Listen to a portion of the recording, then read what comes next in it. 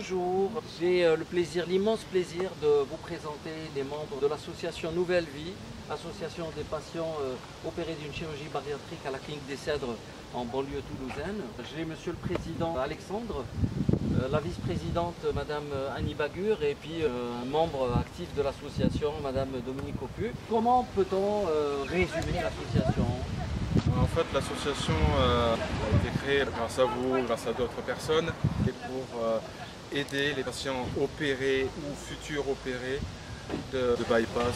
Notre but principal, c'est d'informer, de partager, d'accompagner sur tout ce qu'il y a autour de ce qui est l'obésité, de ce qui est l'opération, de absolument tout. Et c'est à peu près l'objectif de l'asso. Oui. Et aussi les anciens opérés. Moi, je suis une opérée il y a 12 ans.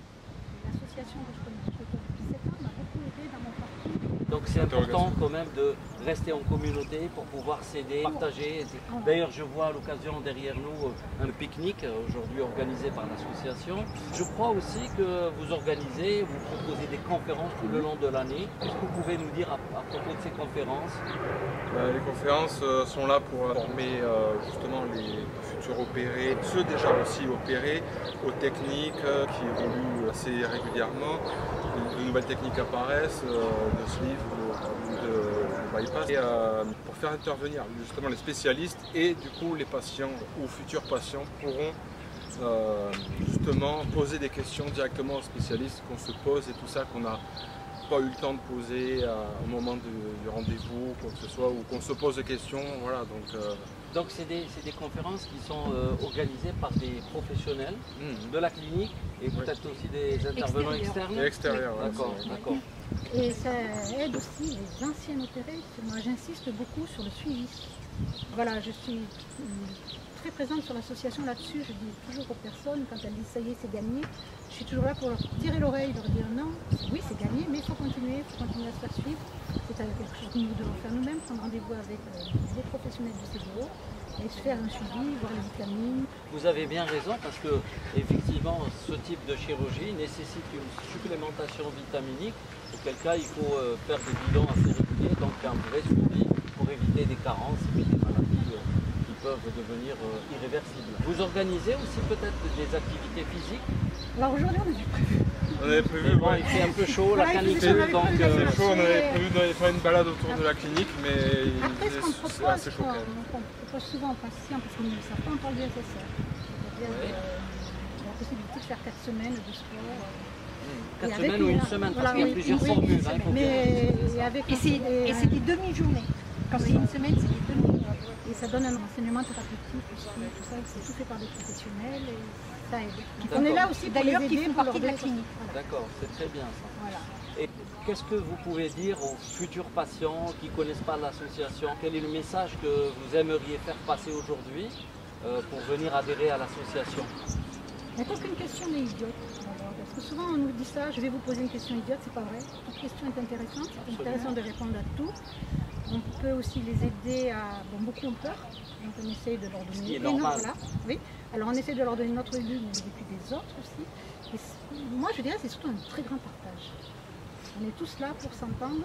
C'est très humain comme, voilà. comme protocole en tout cas. Voilà. On se transmet nos différentes expériences au niveau alimentaire, on se donne des conseils au niveau de comment agrémenter notre alimentation pour pouvoir manger correctement. Il y avait un autre point qui est très important qu'on a peut-être oublié d'évoquer, c'est celui de faire des visites dans les chambres de patients. Donc, je suppose que vous avez été formé par l'équipe du CDO pour aller visiter les malades qui le souhaitent, histoire de les accompagner pendant leur séjour d'hospitalisation en vue de la chirurgie. Il y en a qui ont été formés, oui. Bon, le problème qui se pose maintenant, c'est qu'il reste très peu. Enfin, ils sont opérés souvent le lundi, le mardi, ils sortent. La durée et c'est vrai qu'actuellement, on a moins de visites en charge. D'accord. Mais c'est toujours, on le propose. C'est toujours qui existe. Donc, il suffit que les patients vous contactent et puis vous venez pour leur rendre visite. Voilà. Après, ils peuvent nous témoignent beaucoup sur Facebook aussi. Il y a aussi un numéro de téléphone, un portable. On communique beaucoup sur Facebook parce que c'est un moyen simple, rapide.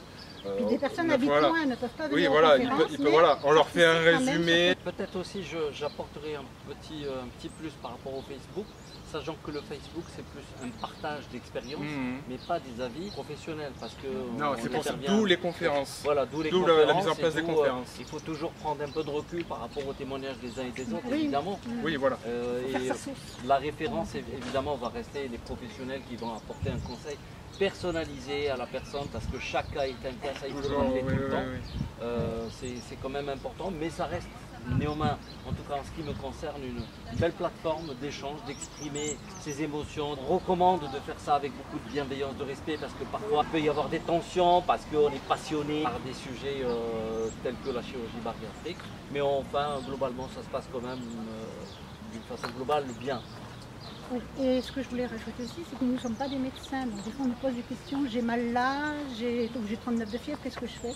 Donc nous, notre réponse, c'est toujours aller aux urgences. On ne se Voilà, nous ne substitue sommes pas pas aux médecins. médecins. Donc on dit, vous Ça avez c'est un problème, important allez aux justement urgences. de le préciser pour que les gens puissent un petit peu connaître le vrai travail de l'association, la responsabilité des uns et des autres, pour ne pas confondre justement de responsabilité. On ne remplace pas les médecins. Chacun sa place. Mais en tout cas, je pense que vous êtes l'élément essentiel dans ce poste de la prise en charge bariatrique, parce qu'à travers l'association, vous avez une représentativité vis-à-vis des institutions.